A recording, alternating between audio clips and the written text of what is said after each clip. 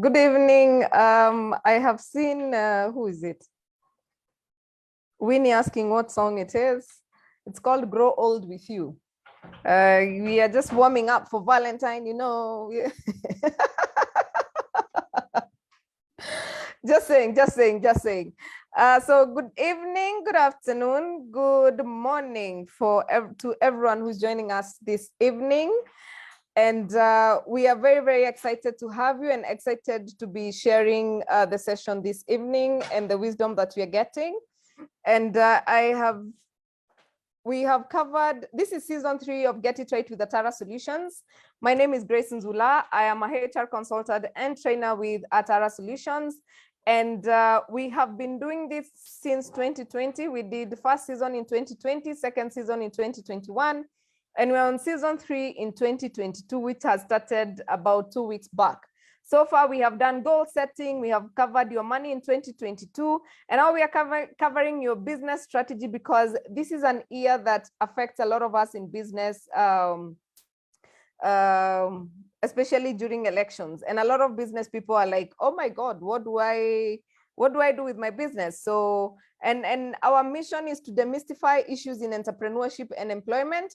And we are always here from 8 p.m. to 9 p.m. every Tuesday.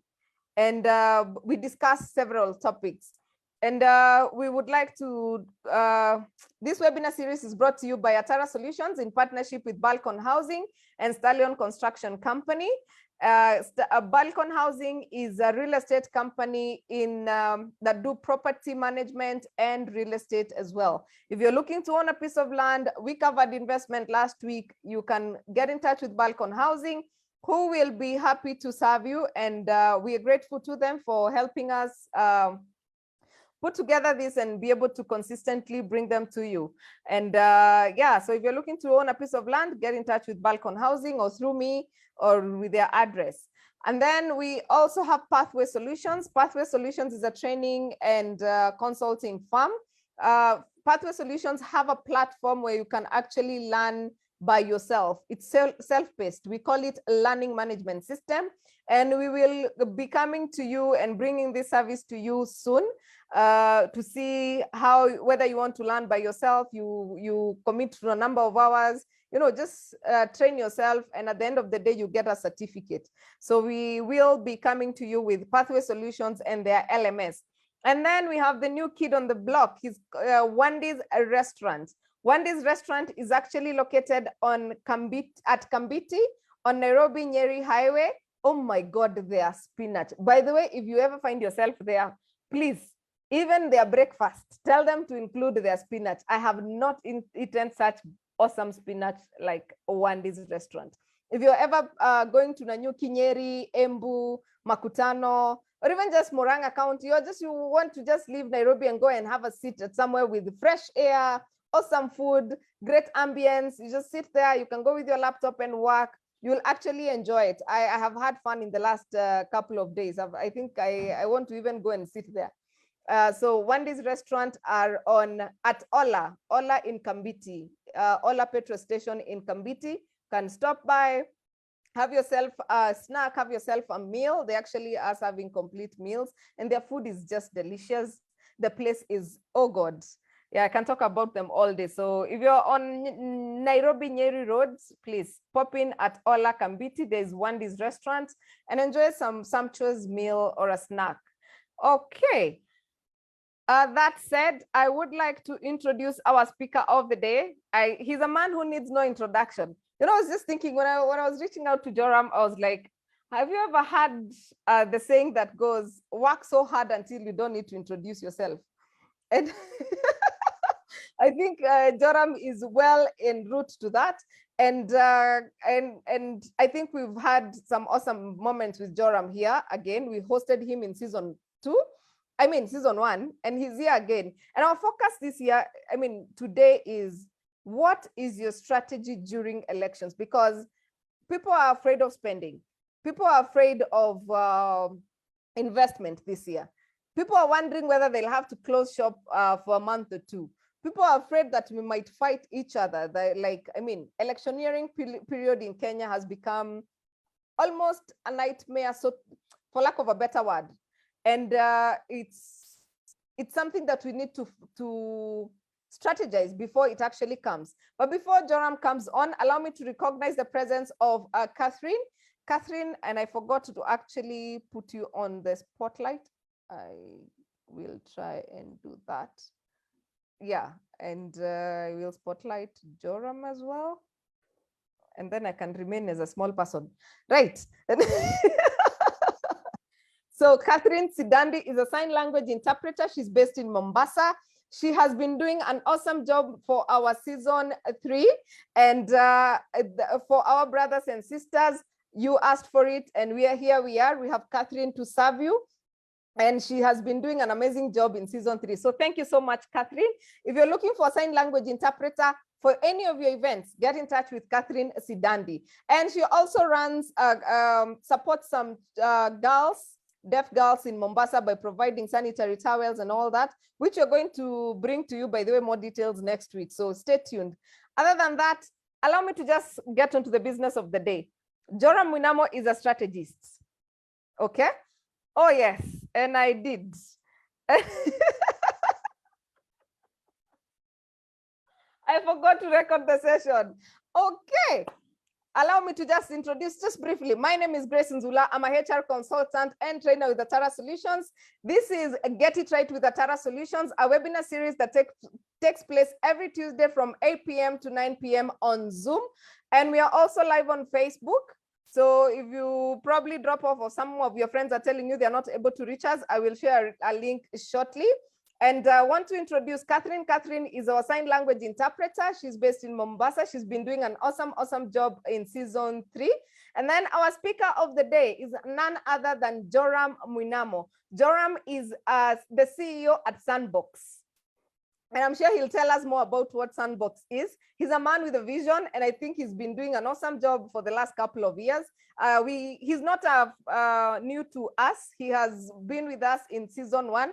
If you missed season 1 of Business Strategies, you really need to go on our YouTube channel and listen to Joram, especially if you're in business right now and you have no idea what a strategy is. Because, you know, today we are custom making it to an election year. But that one was quite good for you if you've never done one. So take it away, Joram. Okay, thank you so much. I will need to share my screen, so I hope I'm able to do that.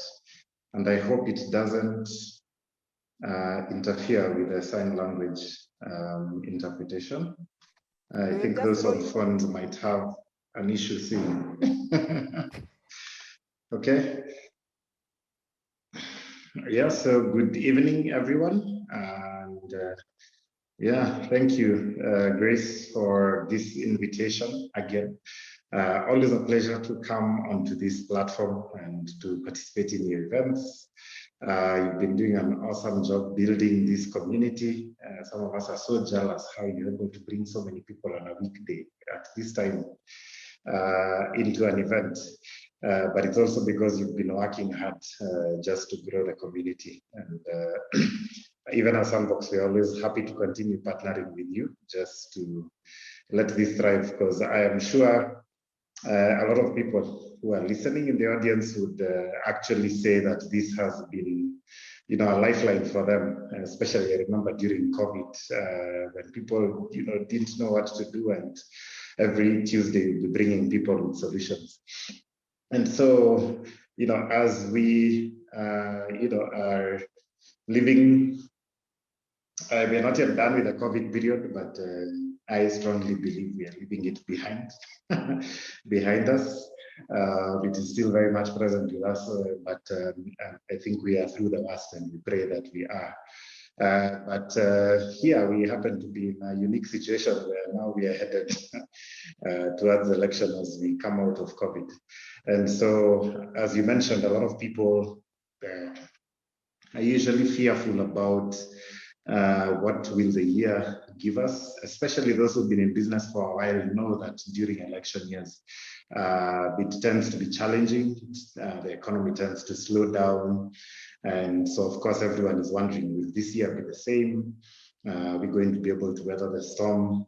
And so I'm here to present to you just a few thoughts. I don't pretend to know everything. So later on, as I start to talk through the strategies, it will be amazing to just hear how other people are also planning to prepare for the election period and how they are planning, to make sure that even as we get into that period and out of it, that their businesses will go into it and remain strong. So for those who we've not interacted in the past, I'm the CEO of Sandbox, and Sandbox is a one-stop shop. We are located just behind the center on Chania Avenue, on the ground floor of a building called CMS Plaza. And yeah, we've taken up the entire ground floor. And at the Sandbox, we now have 33 seasoned experts from different specialties under one roof. And the reason we've brought these different people together is so that they can be able to help, particularly, business people, entrepreneurs, to be able to get their businesses structured, to be able to scale, to be able to go through maybe a restructuring. If you're in that position where your business is not growing, you don't know what to do, or you feel there's something wrong and you can't really pinpoint where it is, we are the kind of people who can help you. And, we're very proud of the Sandbox because we are all very distinctly African. We have brought like the best consultants possible in different areas together just to be able to help your business to grow. And if you're wondering which areas these people represent, there are very many. I can't go through all of them today, but if I was just to pick, from across the board, from things like HR, things like marketing, insurance, sales, governance, everything that your business would need to go from being, say, a one-man show to a corporate business, we have the people who can help you think through the structures in your business, think through the different things you need to do to grow, to hire, to build. At the end of the day, we always say build a business that doesn't need you to be there for it to operate and make money. So that's really our goal for every entrepreneur who walks in through our door, and we help them through the different things they need to do to get there. So yeah, feel free to pay us a visit or reach out to us. I'll share our contacts at the end. We could talk more about how we could help your business. But also, historically, I'm a strategy consultant. Nowadays, I spend more time strategizing around how to build and grow the Sandbox. But under us, we have those strategies too, always thinking about the future. And I want to start with the fact that I think there's always opportunities for problem solvers. If you're a problem solver and if your mindset is the kind that you're always finding a solution around problems that you encounter or around challenges that you encounter, then you should never be worried whether there is a crisis or whether there is a boom in the economy. A problem solver will always find opportunities, to solve.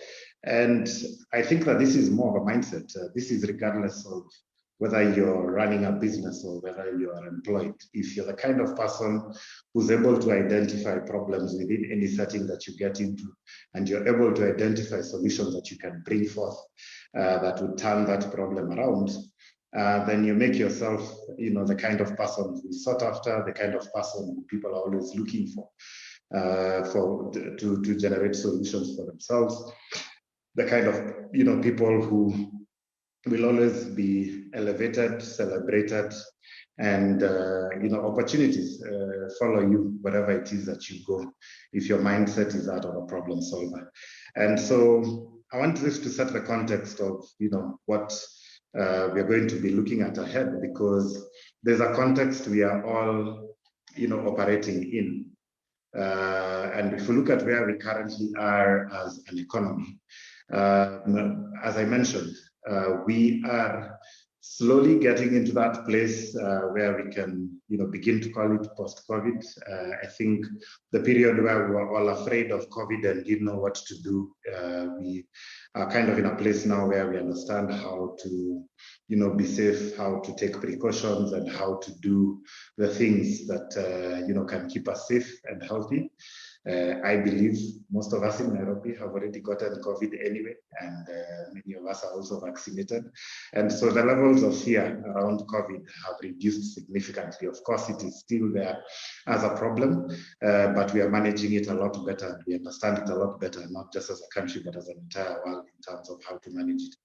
But, as we get off the back of, COVID, which really affected a lot of businesses. In fact, when I was here last time, I think we went through the statistics of how businesses were affected. Some businesses went down to 0 in terms of income, others down to 20%. Of course, there were some small sectors like those who were suppliers of medical equipment and the like who, boomed during that time, or medication. But most people went through a really, really difficult time and had to rethink how they were doing their business during COVID.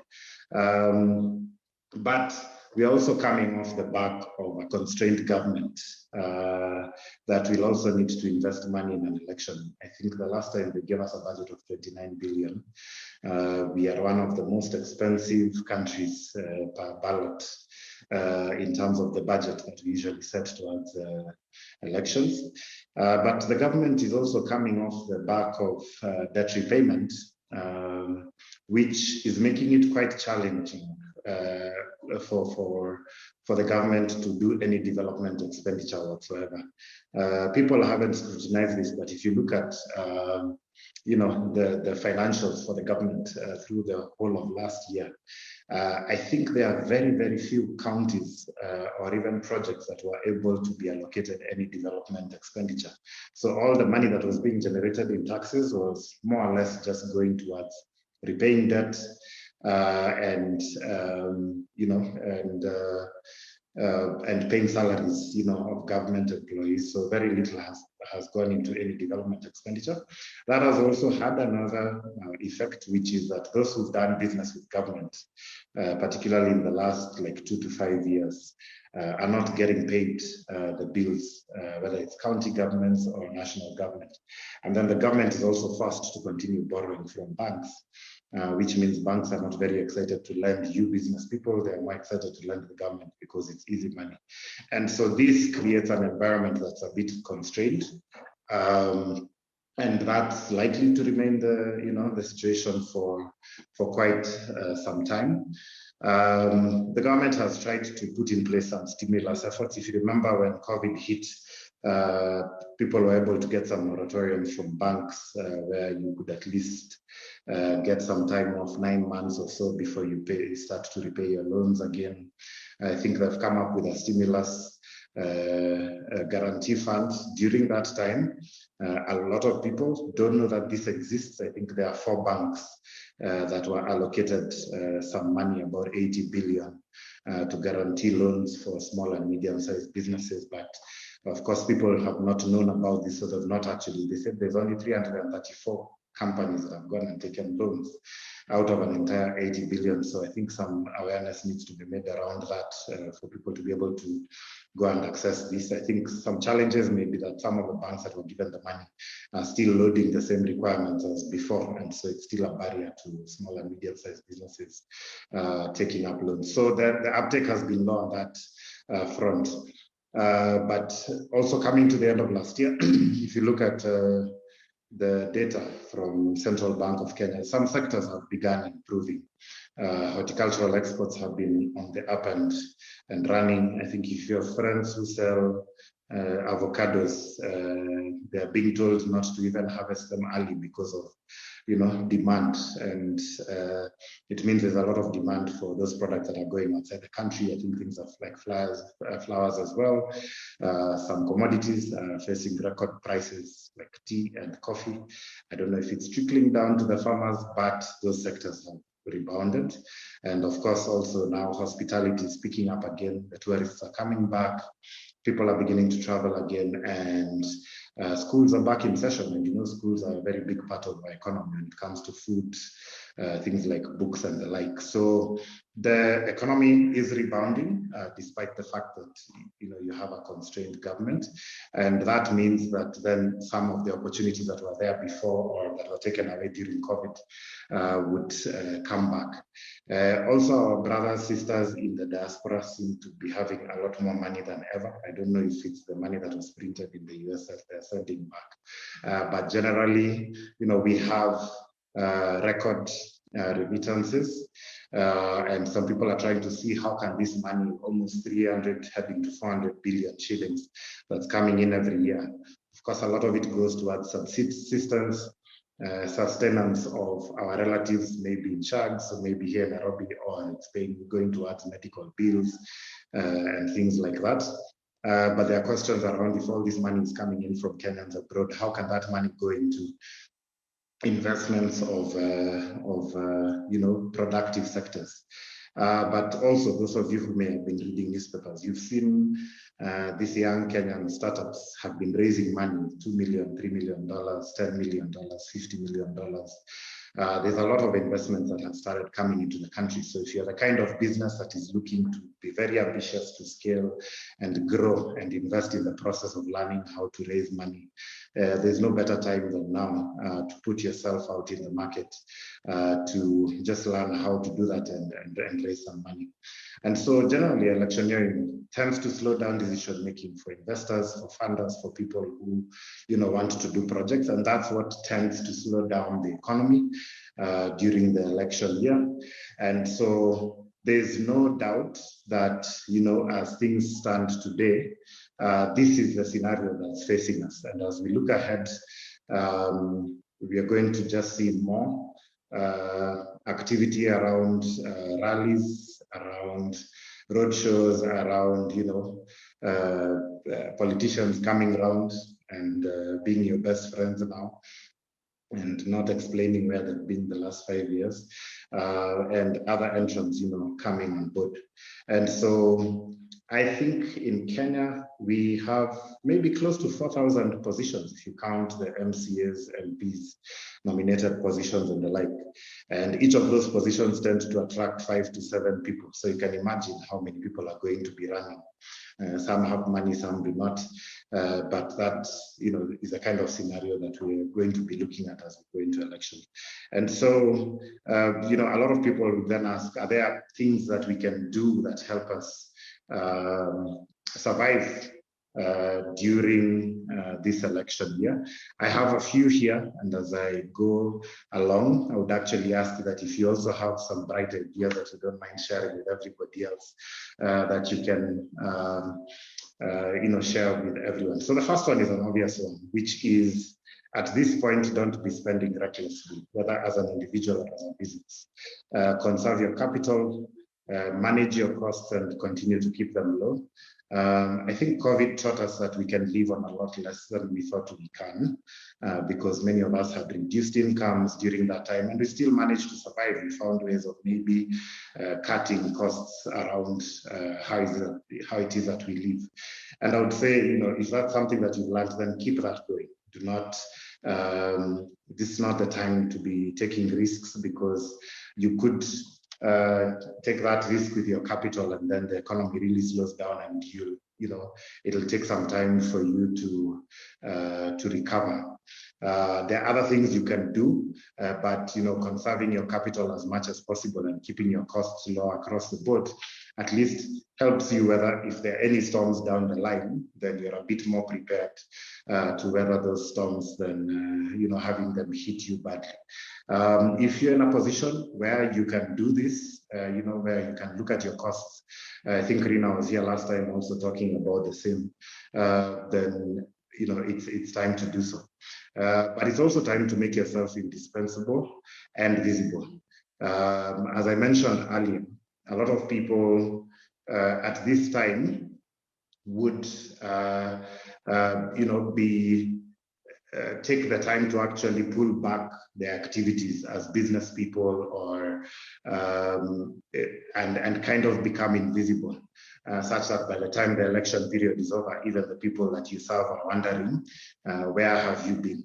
But it's actually time, to do the opposite and to present yourself as a problem solver for this period. So do you have solutions that you can bring if your clients are looking to cut costs, if they are looking to do things cheaper? Are you the one to come up with those innovative solutions? Are you the one to come up with alternatives about how they can continue to do what it is that they're doing with less money during this period? Are you the one to introduce certain technologies to them? Are you the one to introduce certain new products and services to them that they were not aware of before that can help them during this period?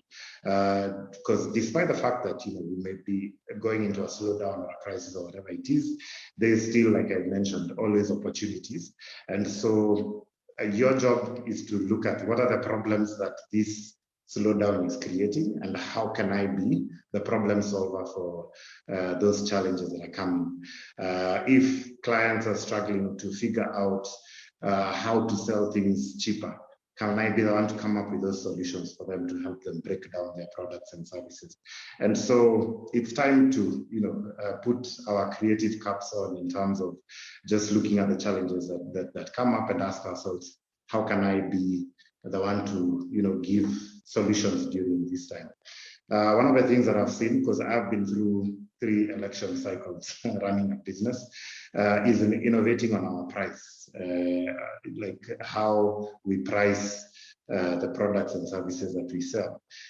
People may have reduced income, but they're still purchasing. So can we do bundled pricing, where you bundle several things together so that you're offering value for money for what it is that you're giving? Can you also do broken down pricing that can allow them to purchase as they go, rather than expecting them to do big purchases at once? Can you come up with a format that enables them to afford your product or service during this time in a way that is broken down, so that with the little money people have, they can still continue to consume what it is that you have to offer? Of course, you have to be careful that you don't get into a scenario where you're giving too much credit, or credit that you end up in a situation that when people are completely unable to pay, you're left holding the short end of the stick. But innovating at this point, and one of the ways you can look at this is just look at what would it take just for you to achieve your bare minimum costs through the year. And then if you're to work backwards and figure out your pricing within what it will take just for you to survive, then there are concessions you can do here and there that can enable you to still meet your goals of staying in business while things are challenging. Somebody mentioned this, and I'm glad they did: collaboration. When things are thick, it's not the time to go solo. This is a time to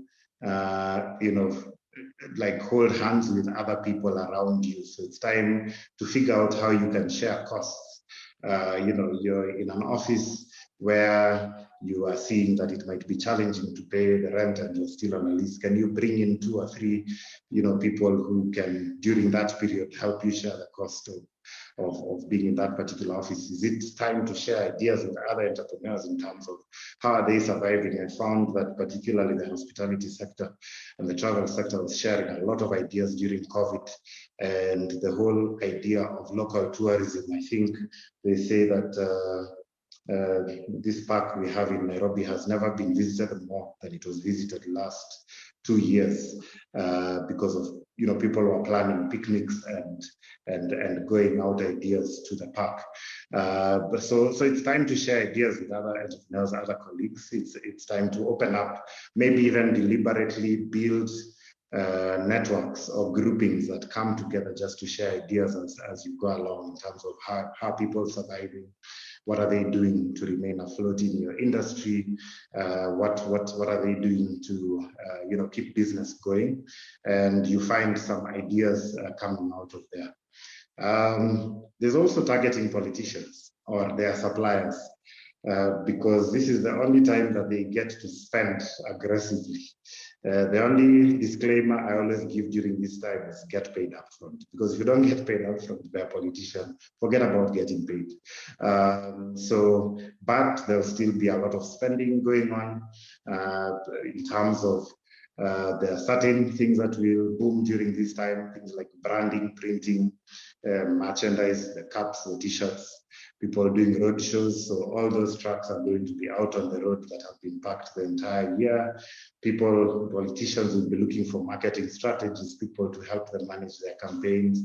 I have seen certain people do this in the past without, affecting their businesses, where they have assisted and been part of helping some of these people get their work done, and that then helps a little bit more money come through.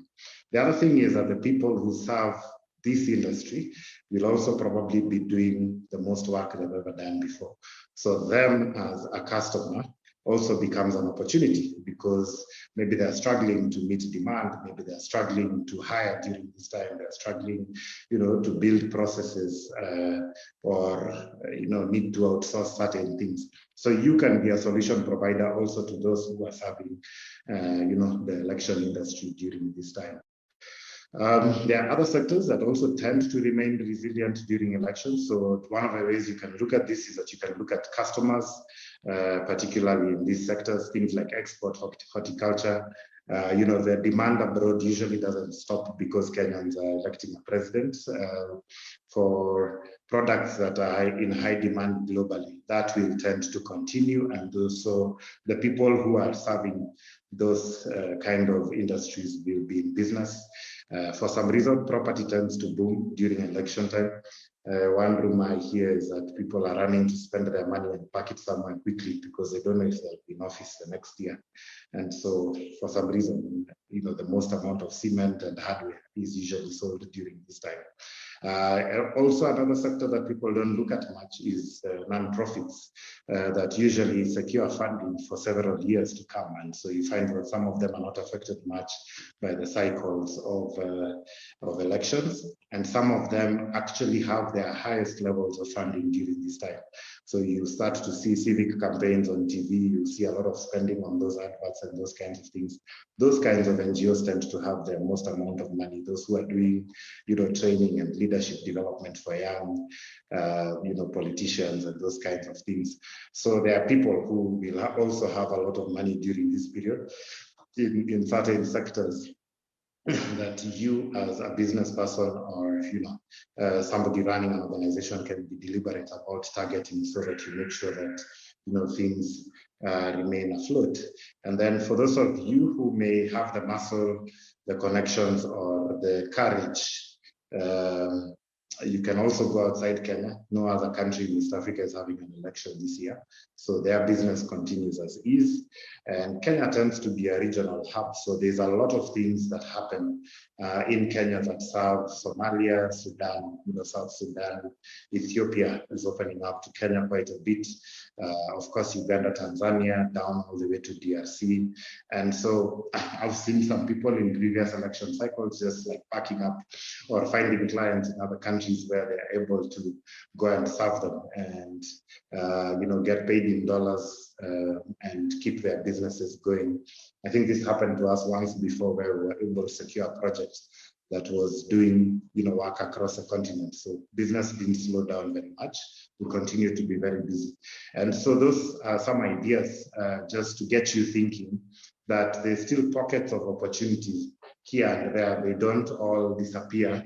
And therefore, if you are the kind of person who has your antennas up and is able just to keep looking out for opportunities, or those pockets of opportunity, as I said, presenting yourself as a solution provider to the different people who need those kind of solutions now, and it can either be local or international. So, don't just have a mindset of remaining tunnel visioned around what it is that you've always done. There are people who've been doing a lot of business online through, the gig economy platforms, where you're able to serve people all around the world, whether they're in US, South America, China. If there's something that you can supply, it keeps you in business. And so I would say the biggest thing is just to keep like an open mind. Don't have a closed mind at this time, because if you have a closed mind that there are no opportunities, then for sure you'll not see any. But you'd also find that during this time, there's some people who really have an open mind and are, continuously scouring for opportunities all over the place, and they keep finding them. So most importantly, stay positive, expose yourself to positivity and to possibilities. Deliberately surround yourself with possibility thinkers and opportunity seekers as well. If your friends are the kind of people who are just always seeing doom and gloom and not seeing any opportunities before, then you might want to think twice about spending a lot of time with them. But look around you and look at who are those people who are still very busy during this time making things happen.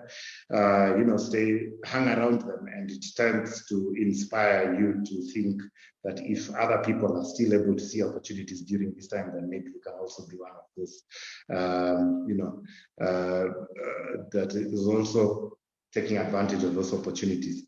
Be at the forefront of also spreading positivity and fighting negative election outcomes and behaviors. This is a time we tend to remember our tribes and start to spread hate and the like. I always encourage you to be the one who's countering that narrative, whether it's on social media, whether it's calling out your friends who seemed very sane a year ago and now seem to be going all crazy and saying all amounts of crazy things. Be open about calling out people who may want to take the country in a direction that may cause us to fight. Be that voice that is always pushing for a different direction or a narrative. If a conversation is particularly taking a tribal turn amongst your people, amongst your family, can you be the one to maybe stop that conversation? Can you be the one to do something about it? I think as Kenyans, we take that behavior where you're in a matatu that's speeding, and instead of saying something about it, you just choose to pray that you don't get into an accident. Then when you get into an accident, you're surprised that you got into an accident. Why don't we be the ones to actually, raise your voice and say something about it? And many times you find that many other people around you thinking the same thing, and we're just waiting for somebody to be courageous enough to bring it up. And you could be that person. And finally, support a good leader. I'm always very surprised at how Kenyans are shocked that the economy takes a negative turn, yet they're the ones who voted those leaders into office. So I don't know why we make that distinction between, we're not able to make that distinction between good leaders, lead to a good economy. I think it's Moi who said it. I don't know that he was a good leader. That siasa mbaya, uchumi mbaya. So why don't you be the one to support a good leader? If there's someone running for MCA and they are a better leader than that who's been there before, fund their campaigns. People do this all over the world all the time. Join their campaign team, help them, to campaign and popularize themselves. Be the one, speaking out, whether it's in your estate or in your ward, about who that good leader might be. At this time people tend to rationalize and generalize that all leaders are corrupt. No, people always say, who are the other options that we should have voted for? I want to guarantee you that since 1992 we have always had about 7 presidential candidates running. Always. There are always about 7 presidential candidates running. And if you look at every other position, you possibly have a good leader who's running, but we get caught up in tribal politics and party politics. And instead of interrogating a leader based on what they are able to do, we get caught up in hype. We, put in place a governor who has no experience running anything. And when we start to see garbage all over the place, we start to complain. Yet we are the same people who put them in office. I always say that we interrogate the people we hire as our house helps a lot more than people who we put in charge of billions of shillings in terms of our economy. So just remember, you're a citizen of this country. Your decision counts for a lot. So please interrogate that leader more than you'd interrogate, your house help, because that leader is the one who decides how your child gets education, the kind of healthcare that you end up getting, the kind of roads or infrastructure that you end up getting. It's you who determines that, and so you can speak out against it, and you can go against the grain to make sure that at least at every level we're getting good leaders. This is very counterintuitive, but you should probably put more effort into who becomes your MCA than who becomes your president. because your MCA has resources they can channel towards changing a lot right around you, and they're supposed to be accessible. So take time to learn about, I can talk about it another day, how I've been very engaged in the civic governance of where I live and supporting, people running for office and that kind of thing. Let's not just be passive and then we come back complaining in 2023 that things are not working out according to how it is that things happen. And my last thought today will be that innovators in a crisis tend to outperform the market by over 30% in post-crisis years. People who are able to innovate very well during the time when the economy is hard tend to be the companies that win when things begin to get a lot better. And since we're looking forward to a proper recovery post-COVID, post-election, towards the end of this year and in the years to come, then be that person who is innovating right now. Don't be the person who sits back and waits to come back and find that everything has changed or that everyone has moved on and is doing things differently. Be that person who will be innovating during this period and making things happen. And hopefully then I will see you on the other side of 2022 in 2023 as the people who will have come out winners and not just complainers and whiners. So I think I can stop there for now, and if there are any questions, we can discuss. All right, Joram, thank you so much. I like this last part, that innovators will take more than by 30%. That's a very good, it's hopeful for people as they try to really engage. And sometimes I get curious. Is it that we act late as a Kenyan, as a community? Or is it that we just don't prepare for elections? I liked what you said that during meet and greet that elections are always there. Like, this is not new. But what do you think? What has been your experience? I think generally we just tend not to be long-term thinkers. We are always stuck in the operations of our businesses. So we rarely take time out just to think about, what's the future? What are the next 2-3 years likely to look like? What are the next 5 years likely to look like? And this is probably a practice that everyone can do, whether employed or running a business. Can you just be taking time out every once in a while? Just take a day when you go where you're not working and think about, try and analyze, see how far have we come? What can we learn from the mistakes or the opportunities that we tried to take up in the last year that form good lessons for the way forward? What can we plan, in the years ahead? Take time to look at the trends that are happening in the economy. Is the economy, persistently growing, or is it reducing?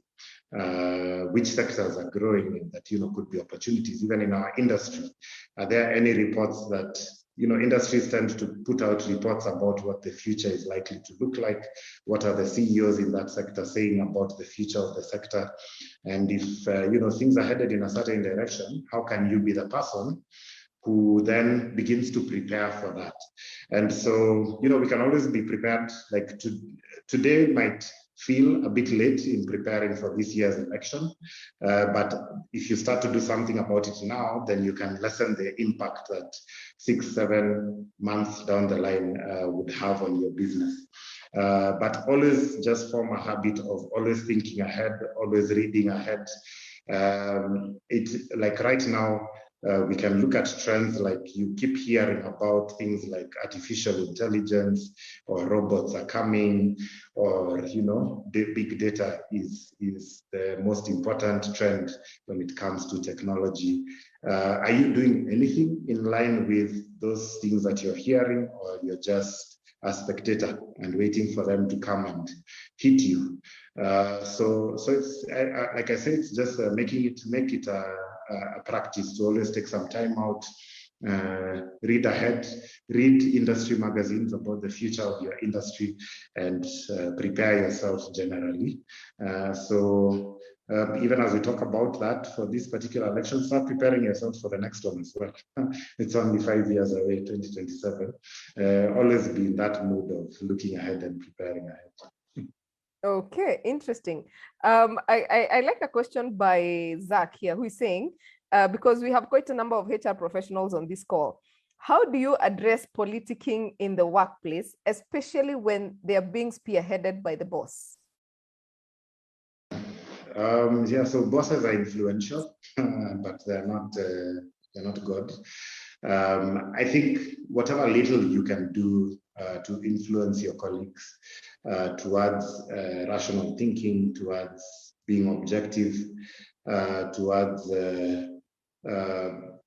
thinking through logical things that should get them to make better decisions, or maybe just even confront it and say, look, this direction we are headed in, if we are not careful, and this is something like even in our company, we talked about it last year, should we begin to do something around being proactive, like having these conversations early as a company, raise it, in a management meeting or something, in terms of how do we make sure that we don't deteriorate into a tribalistic, divisive environment of the workplace. Hold sessions together with staff members and brainstorm and say, how do we still make sure that despite the fact, we can't avoid politics, all of us are going to vote for someone or the other, some of us will choose not to vote, everyone has a right, to make a decision. My babies, give me.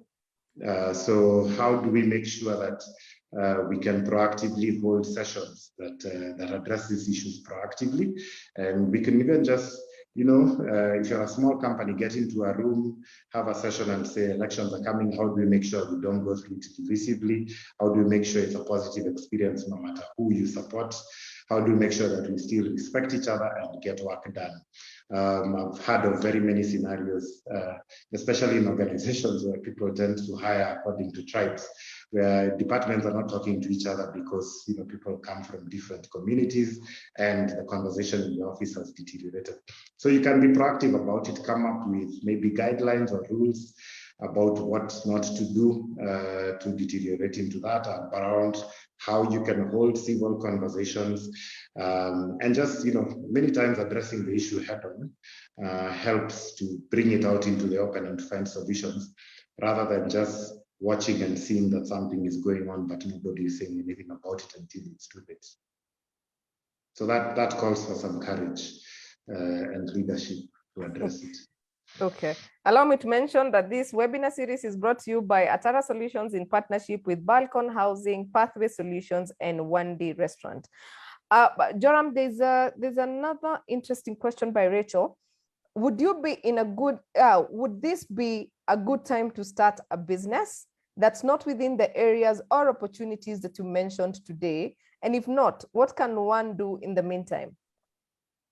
Okay, so I'll give a more general answer. Anytime you're starting a business, it's not so much about just starting a business. It's about, if I'm starting a business, does an opportunity actually exist in the area of that business that I want to start? Does demand actually exist?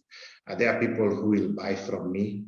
And are there enough people who will buy from me so that I'm able to make a profit down the line? Are there many enough people, having this need or facing this problem? So what I would say is that there's always opportunities in any given economy, whether you're going through an economic crisis or you're going through a boom. Of course, we're not in a boom. In a boom economy, you tend to have a lot more opportunities and people spend a bit more freely or recklessly. So it's easier to make money when things are booming.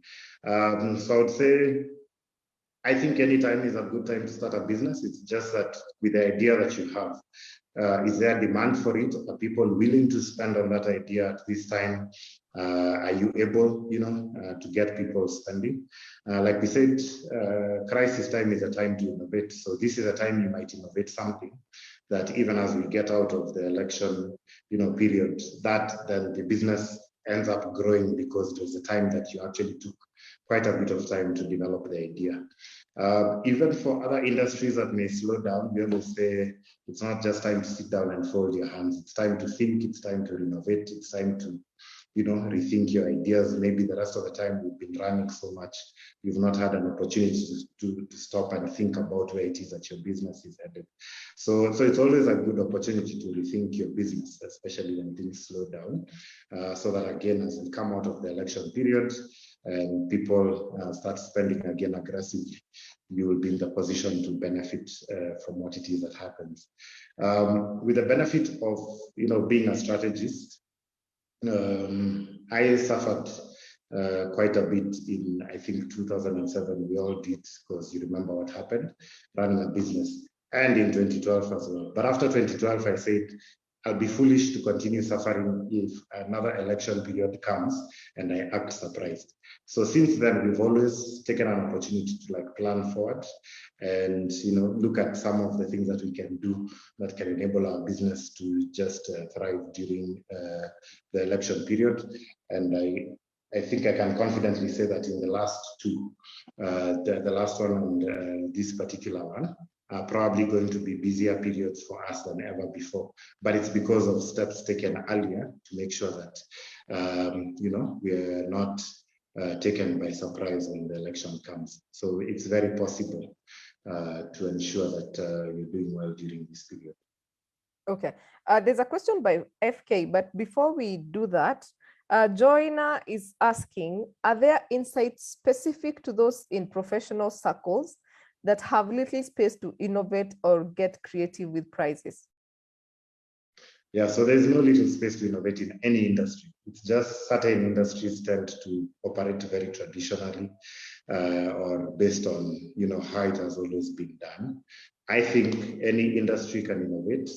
I think any industry can look at problems differently and look at combining different ways of doing things in a new way that can present new opportunities. Maybe if he had given, which professional service I would have been able to be more specific about ideas. But, whether you're in the legal profession, accounting, you can always find a new way of serving your customers, even during this time. If you're an accountant, a lot of people are going to be looking for ways of conserving money, or maybe ways of investing, in different places, and you're the one to help them think through that. So as long as you're going to be creating value at the end of the day, there's money to be made. So being a student of innovation for a very long time, I would not say that there's any industry you cannot innovate in. I think the problem is just mindsets, predominant mindsets in those industries that stop people from looking at new ways in which they can do stuff or new ideas. Even if you're heavily regulated, even within that regulation, it's possible to think about new ways you can serve your customers that particularly during this time can help them go through this period successfully. Okay, so FK is saying, kindly elaborate price innovation strategy. Is it to trigger consumption for target markets? Yeah, so it's largely just to trigger enough consumption to keep you afloat, rather than keeping prices out of reach and then nobody's buying anything because everyone has much less spending power. So it's just to ensure that you still keep your products moving because there's still demand for it. But if you keep your price out of reach, then you find that consumption can go down to zero and you're left with no money at all at the end of the day. So there are many occasions where you could do offers. You could, if you're dealing with goods, you could break them down such that people can buy. I think Kenya is the home of Kadogo economy. So how can you do Kadogo economy in your industry? And ensure that people are still purchasing. How can you create a different way of delivering your product or service than you've done it before? So maybe you used to do physical meetings, but now you can do it on Zoom, and instead of 10 people in a physical meeting, you can do 30 people. And what you are making with 10 people, you can spread that cost over 30 and still make the same amount of money. So it's just being innovative with how you're delivering. All right, all right. There's somebody who is saying most investors are cautious during electioneering year. which is justified? Which are some of the places, safest areas to invest in Kenya? This is, probably a topic for somebody who's in investments. But I'll just say, if you have 50K and above, T-bills are usually one of the best things you can invest in an election year, because the interest rates tend to be highest and they lock them in for a period of time. And, it's some offers are tax-free. And so, I think money market funds still tend to perform well and be resilient. Some of the funds you have in town, some brokers offer international investment opportunities so that you're not necessarily investing in Kenya, but you're investing in another market where companies are still booming. So that is a good, maybe ask your broker if they have any international investment opportunities, if you're the kind to, invest in the money markets. I cannot say that there are generally any good, investment opportunities locally when it comes to business. That one, it's dependent on from one business to the next. So it's dependent on how you as a business person are able to look at, the different opportunities that are there within you. Like I said, I know some people who are in healthcare last year who probably did the most business ever, but other sectors were struggling. So usually economies tend to move in a way that when certain sectors are booming, others are struggling, and when others are struggling, others are booming. So it's to look carefully within where it is that you are. But if you're looking for safe investments and go to money markets and T-bills, those are probably the most guaranteed returns that you can get. Everything else is a big risk. Okay. Let me see. Oh yeah, I have seen Lloyd. Lloyd, thank you very much for the cup. I love it. It's Get It Right to the Tara Solutions. Thank you for looking out for me. I've seen you're here, so thank you. We are enjoying the tea. All right. Okay, I hope I have not left out any question. Okay, so your highlights. There's somebody who's asking for the recording.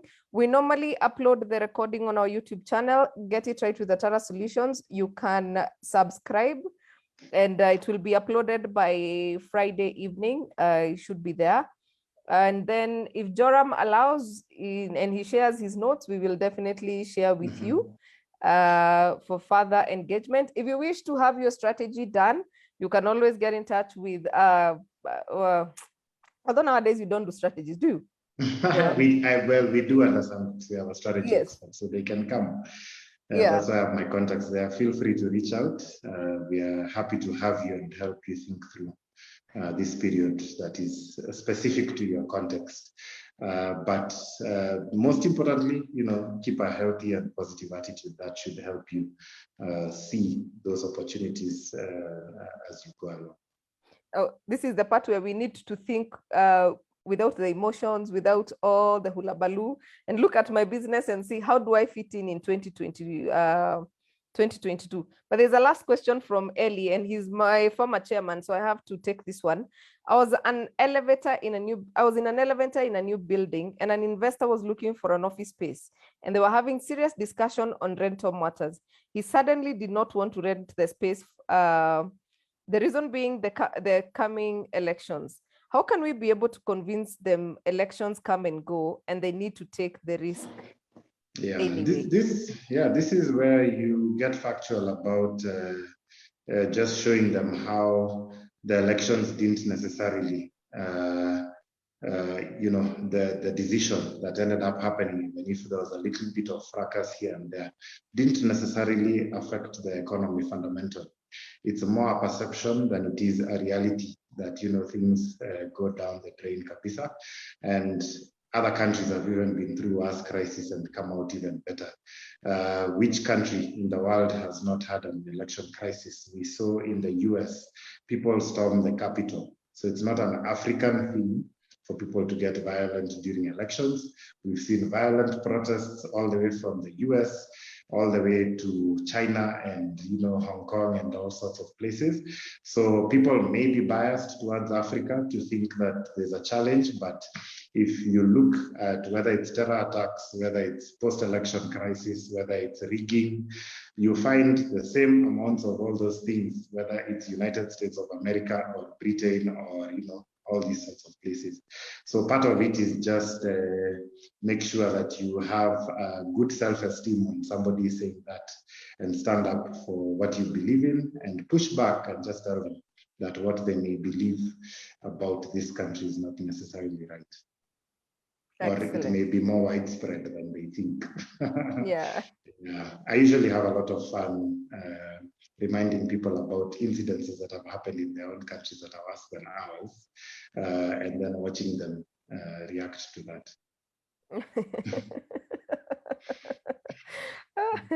Joy is saying, on a light note, heavily regulated professions like lawyers can get innovative and sell fast 2 divorces charged, that one free.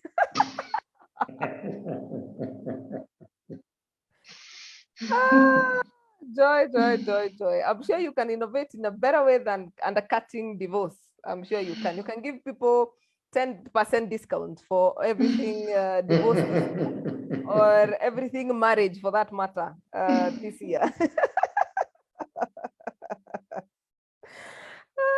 Yeah, so I think right, I think we have learned quite a lot, and I think our mind has been put in the right place, because we probably need to have this conversation more.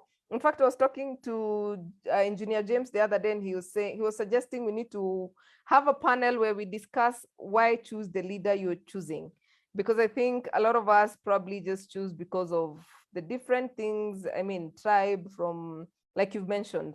So probably around May, we will see how to probably schedule that, so that by the time people are making these decisions, they go on and make them very consciously. And especially the business people on this call, or the professionals on this call, I think we can't lead the pack in terms of the decisions that people make.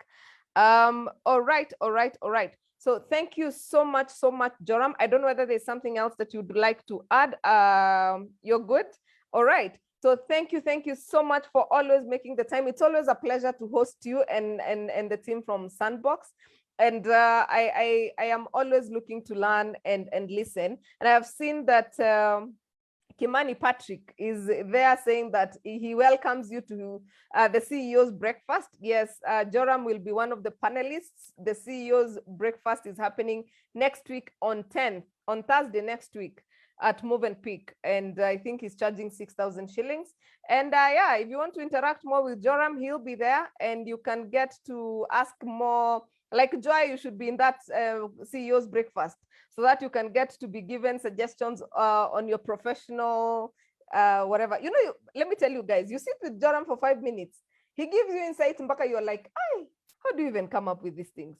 Anyway, I have been a beneficiary of his awesomeness, and I am glad to do that. So thank you so much, Joram. Thank you, our viewers. Thank you so much. Please subscribe to our YouTube channel, Get It Right with the Tara Solutions. And I hope to see you next week on Tuesday from 8 p.m. to 9 p.m. We are looking at repositioning your career. I mean, we have all these things happening. The gig economy is happening.